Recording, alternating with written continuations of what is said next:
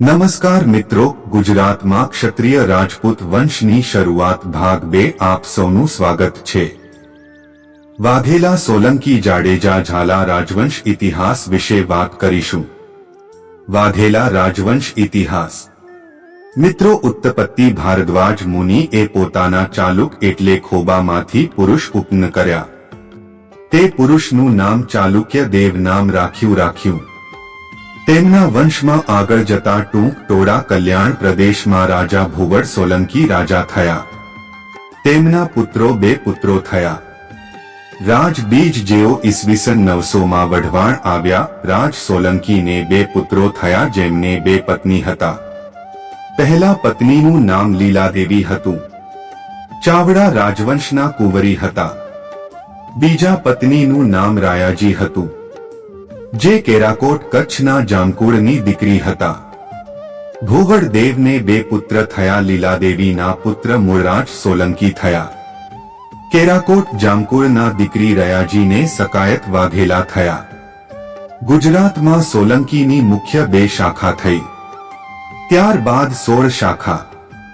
મોટા ભાઈની શાખા મૂળરાજ સોલંકી પાટણ, નાના ભાઈની શાખા સકાયત વાઘેલા બાંધવગઢથી વાઘેલ ગામે। સકાયત સોલંકીની હત્યા થયા બાદ તેમના પત્ની તેમના પુત્રને મૂકીને તેમની પત્ની સકાયત પાછળ સતી થયા। ઐતિહાસિક આટકોટવાળું શહેર આટકોટ જી રાજકોટની પવિત્ર ભૂમિ પર સમગ્ર વિશ્વના વાઘેલા રાજપૂતોના પ્રથમ રાજપુરુષ તથા વાઘેલા સામ્રાજ્યના પ્રથમ સ્થાપક મહારાજ શ્રી વ્યાઘ્રદેવજી જન્મ તથા ઉછેર જ્યાં થયેલો અને જ્યાં કુળદેવી તરીકે અંબાજી માતાને અપનાવેલ તે પવિત્ર ભૂમિનો આજે ઇતિહાસ ગવાહ છે।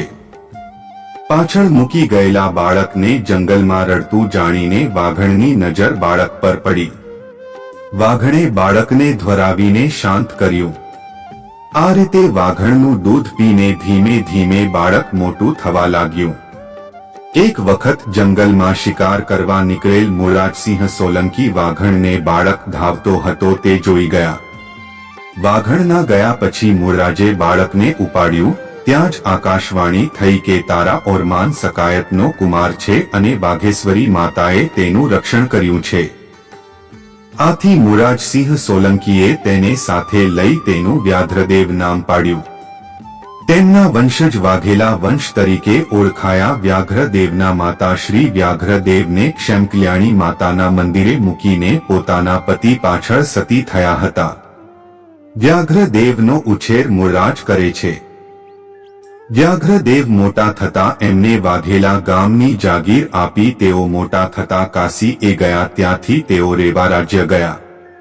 ત્યાંના રાજા કરણસેને વ્યાઘ્રદેવનું પરાક્રમ જાણી તેમની કુંવરી સ્તન્મતીને વ્યાઘ્રદેવ સાથે પરણાવી રેવાનું રાજ્ય વ્યાઘ્રદેવને સોંપ્યું। ત્યારથી વાઘેલા વંશની સ્થાપના થઈ।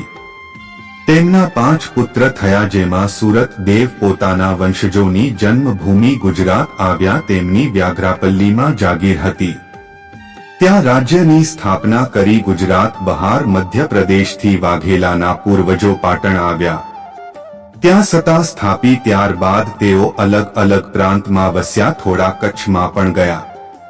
આ વ્યાઘ્રદેવના વંશજો વાઘેલા કહેવાયા। મૂળ પુરુષ વ્યઘરદેવ રેવા બાંધવગઢ ગુજરાતમાં શાખા ઉતરી। વ્યાઘ્રદેવના પુત્ર સુરતદેવ વ્યાઘ્રપલ્લી ગામે આવ્યા। તેમના પુત્ર એકુંદર કચ્છમાં જાગીરી કરી। વાઘેલા સામ્રાજ્યના પ્રથમ સ્થાપક મહારાજ શ્રી વ્યાઘ્રદેવજીને તે સમયના પાટણના મહારાજા મૂળરાજ સોલંકી કે જે પાટણની ગાદીના મૂળ હકદાર તેના ઓરમાન ભાઈ રાકાયત મહારાજ શ્રી વ્યાઘ્રદેવજીના પિતા ના મામા કચ્છના પ્રતાપી રાજા લાખા ફુલાણીએ રાજકોટ પાસે આટકોટવાળું શહેર આટકોટ વસાવી તેમાં રાખ્યા હતા। ત્યારબાદ મૂળરાજ સોલંકી સામેના યુદ્ધમાં આટકોટ ખાતે લાખો ફુલાણી અને રાકાયત શહીદ થઈ ગયેલા તથા તેમના રાણી સતીએ માં અંબાજીના શરણે તેમના પુત્ર વ્યાઘ્રદેવને। ત્યારબાદ તેમના 5 પુત્રો પૈકી એક પુત્ર સુરતદેવ ગુજરાતમાં પાછા આવ્યા અને સોલંકી સમ્રાટ દ્વારા ગરાસમાં મળેલ ધવલનગરી હાલનું ધોળકામાં પોતાની ગાદી સ્થાપેલી। ત્યારબાદ વિક્રમ સંવત 1300 સોલંકી વંશના છેલ્લા રાજા ત્રિભુવનપાળને હરાવીને પાટણની ગાદી ઉપર વાઘેલા વંશના પ્રથમ ચક્રવર્તી સમ્રાટ મહારાજા બિરાજમાન થયા હતા અને આ રીતે ગુજરાતની ગાદી ઉપર વાઘેલા વંશનો ઉદય થયો હતો. વાઘેલા રાજપૂત સમાજના ગામોની યાદી: 1. ધોળકા, કાવીઠા, ધીંગડા, સીમેજ, કૌકા, આંબારેલી, મોટી બોરુ, ઉતેલિયા, લોલિયા, ગાણોલ, રાસમ, રૂપાવતી, આંબલિયાળા, ગાંગડ, છબાસર, વૌઠા, ડુમાલી, ભાત, ધનાળા, બરોડા, ઢેઢાળ, કોટ, રઢુ, સાથળ. 2. સાણંદ, કુંવર, લેખંબા, વાસણા, જાંબ, મખિયાબ, કુંડળ, બકરાણા, ઇયાબા, લોદરિયાલ, વિનહિયા, કોદાળિયા, મોડાસર, નાનોદરા, ખોરું, રેથળ, પીપણ, દદુકા, કાણેટી, ગોધાવી, ગરોડિયા. 3. કલોલ, લીંબોદરા, પેથાપુર, પિંડારડા, પીપળજ, બિલોદરા.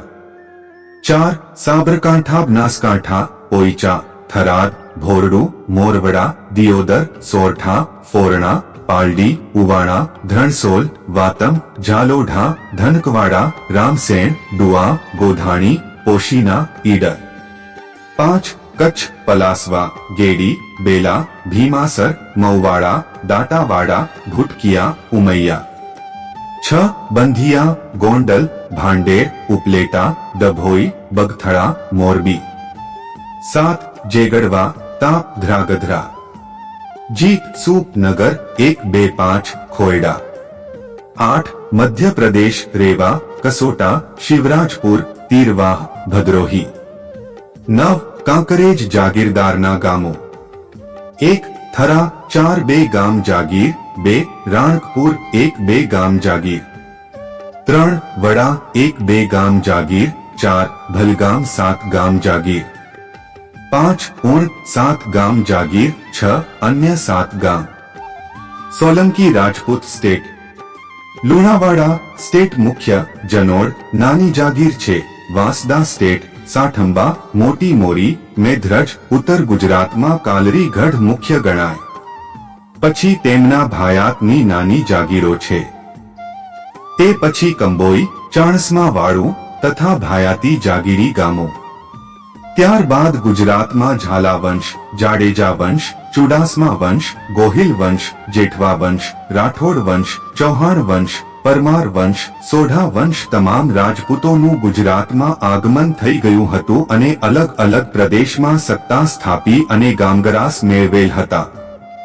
સૌરાષ્ટ્રમાં દરબારોના 222 રજવાડા હતા, જેમાં કાઠી, જેઠવા, જાડેજા, વાળા, પરમાર, ઝાલા, ગોહિલ, ચુડાસમા, સરવૈયા, રાયઝાદા. આ તમામ ગરાસદાર રાજપૂતોએ સૌરાષ્ટ્રમાં સત્તા ભોગવી હતી. જેઠવા રાજપૂત સ્ટેટ સૌપ્રથમ મોરબી સત્તા સ્થાપી, ત્યારબાદ કાયમ માટે સત્તા બનાવી પોરબંદર વસ્યા. જાડેજા રાજપૂત ઇતિહાસ: જાડેજા રાજવંશ ગુજરાતનો મોટો રાજવંશ ગણવામાં આવે છે. સૌરાષ્ટ્ર કચ્છમાં 700 થી વધુ ગામો છે. આઝાદ પહેલા 2300 ગામ પર જાડેજાનું શાસન રહ્યું છે. થોડા સમય પહેલા જામ નરેશને પ્રદ્યુમ્નજીના વારિસદાર માનીને સંપત્તિમાં હક હિસ્સો મળ્યો હતો. મહાભારત બાદ ઇતિહાસના 2 મોટા યુદ્ધ પણ જાડેજા રાજપૂતોએ લડ્યા હતા. ભૂચર મોરી અને જારાના યુદ્ધ જાડેજા રાજપૂતના સ્ટેટ અને ઠિકાના ભુજ, મોરબી, રાજકોટ, નવાનગર, ધ્રોલ, ગોંડલ, વીરપુર, કોટડા સાંગાણી, ખીરસરા, જાળિયા દેવાની, ગઢકા, ગવરીદળ, પાલ, શાપર, લોધિકા, કોઠારિયા, રાજપરા, ઝાલા રાજપૂત, ઝાલા રાજવંશનો પરિચય. કાઠિયાવાડમાં અનેક રાજકુળ રાજસત્તા ભોગવી હતી, જેમાં જેઠવા, ચુડાસમા, ચાવડા, વાળા, ઝાલા, જાડેજા, પરમાર, ગોહિલ, કાઠી, બાબી વગેરે મહત્વના 10 રાજકુળ હતા, જેમને સદીઓ સુધી સૌરાષ્ટ્રની ધરતી પર સત્તા ભોગવી હતી. સૌરાષ્ટ્ર જ્યારે કાઠિયાવાડ નામે ઓળખતું ત્યારે તેના 4 પ્રાંત હતા: ઝાલાવાડ, ગોહિલવાડ, હાલાર, સોરઠ. કાઠિયાવાડના ઝાલા રાજવંશનો પરિચય, ઝાલા રાજવંશની ઉત્પત્તિ અને વિવિધ મંતવ્યો.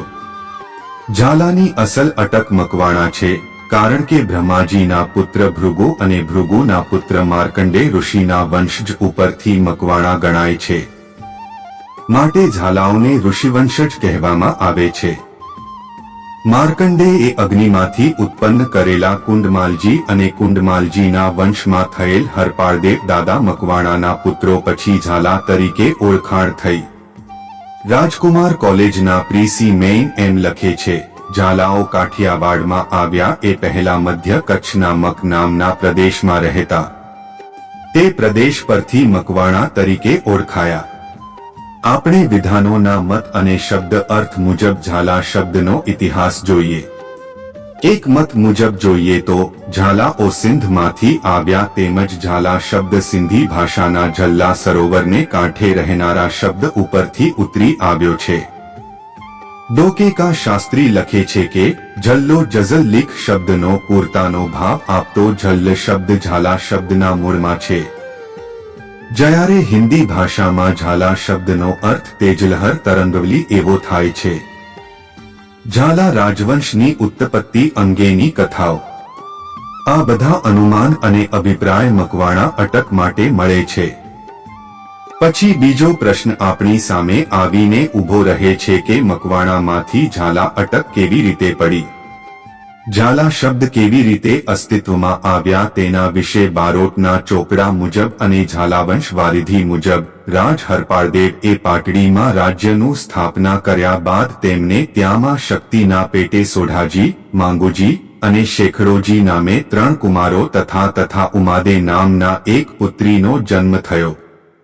એક સમયે આ 3 કુંવરો અને ચારણનો દીકરો રામજી મંદિરની નજીક રહેલા વિશાળ ચોક માંડી દડાથી રમી રહ્યા હતા.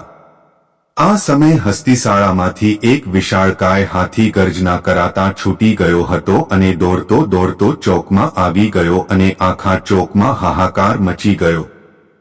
હાથી આગળ વધી રહ્યો હતો. આ કુંવારો રમતા હતા, એમની પાસે હાથી ત્યાં આવી ગયો અને આ બાળકોને ઝપટમાં લીધા. ત્યારે માં શક્તિ રાજભુવનના 7મા માળના ઝરૂખે બેઠા હતા અને આ જોઈ ગયા અને તરત બાળકોને બચાવવા અને પોતાનું સ્વરૂપ ધારણ કર્યું અને પોતાના હાથ લંબાવીને 3 કુંવરોને ઝાલી લીધા અને ચારણના દીકરાને ટાપલી મારી હાથીથી દૂર કર્યો. એ ટાપરિયા ચારણ કહેવાયા. આટલા સમય સુધી હરપાળદેવ સુધી ઝાલાઓ મકવાણા અટકથી માર્કંડેયના વંશજોથી ઓળખાતા, પરંતુ ત્યારબાદ 3 કુંવરોને માં શક્તિ એ ઝાલ્યા ત્યારથી ઝાલા તરીકે ઓળખવા માંડ્યા. આ મુજબ ઝાલા અટક આવી હોવાનું નોંધાયું છે. ઝાલા રાજવંશના રાજ્યો. હરપાળદેવ દાદા 1090માં હરપાળદેવના પુત્રો ઝાલાથી ઓળખાયા. હરપાળદેવ દાદા એ પાટડીથી પોતાના રાજ્યની સ્થાપના કરી હતી. હરપાળદેવ દાદાના વંશજો એ સૌરાષ્ટ્રમાં ધ્રાંગધ્રા, લીંબડી, વાંકાનેર, વઢવાણ, લખતર, હળવદ, સાયલા, ચૂડા, રામપર, મેઘપર, માંડલ, રાજપુર, તે ઉપરાંત વાંજેપાળજીના વંશજો કટોસણ સ્ટેટ, મહીકાંઠા એજન્સીના state, Khadal state, Ilol state, Punadra state વગેરે રાજ્યો સ્થાપ્યા હતા. આ સિવાય ઝાલા વંશના રાજવીઓ એ માળવામાં રાયપુર, નરવર, કોટા, સાદડી અને દેલવાડામાં પોતાના સ્વતંત્ર રાજ્યો સ્થાપ્યા હતા. ઝાલાવાડના રાજ્યો અને સંસ્થાપકની માહિતી. વઢવાણ સ્ટેટ. વઢવાણ સ્ટેટના સ્થાપક રાજોજી હતા, જેઓ પૃથ્વીરાજજીના નાના પુત્ર હતા, જેમને ઈસ 1105માં સ્થાપના કરી હતી. લખતર સ્ટેટ. લખતર તથા સ્ટેટના સ્થાપક અમરસિંહના નાના ભાઈને અભયસિંહને લખતર અને થાનનો ગરાસ મળ્યો હતો. ચૂડા સ્ટેટ. ચૂડા રાજ્ય ઝાલાવંશના સંસ્થાપક વઢવાણ સ્ટેટના ભાઈ અર્જુનસિંહના નાના ભાઈને ચૂડાનો ગરાસ ગાદી મળે. સાયલા સ્ટેટ. સાયલા સ્ટેટમાં ઝાલા રાજવંશની સ્થાપના સેજમાલજી એ કરી હતી. સાયલા પર આક્રમણ કરી કાઠીઓ પાસેથી સાયલા પડાવી લીધું. વાંકાનેર સ્ટેટ. વાંકાનેર સ્ટેટ હળવદ સ્ટેટથી અલગ થઈને પૃથ્વીરાજસિંહના મોટા પુત્ર શરત્નજી એ વાંકનેરમાં ઝાલા રાજવંશની સ્થાપના કરી. ધ્રાંગધ્રા સ્ટેટ હળવદ સ્ટેટથી અલગ થઈ રાયસિંહે એ ધ્રાંગધ્રાની સ્થાપના કરી. ધ્રાંગ એટલે પથ્થર અને ધારા એટલે જમીન એટલે નામ ધ્રાંગધ્રા પાડ્યું. લીંબડી સ્ટેટ જાંબુ લીંબડી સ્ટેટની સૌથી પહેલી ગાદી જાંબુ હતી. જાંબુમાં માંગુજી એ ગાદી સ્થાપી હતી. કાલક્રમે લીંબડી સત્તા ફેરવી કાયમી સત્તા લીંબડી હાંસલ કરી. આપણી વંશ પરંપરાઓ પ્રમાણે આપણા પૂર્વજોને માન આપવું, તેમની મર્યાદાનુસાર આચરણ કરવું અને તેમણે બતાવેલા માર્ગ પર ચાલવું એ આપણો નૈતિક ધર્મ છે. વધુ આગામી વિડીયોમાં ક્ષત્રિય ઇતિહાસ, ક્ષત્રિય વંશ, ક્ષત્રિય અટકો, ક્ષત્રિય રાજપૂત, ક્ષત્રિય ઠાકોર દરબાર વિશે વાત કરીશું. જય માં ભવાની, જય ક્ષાત્ર ધર્મ.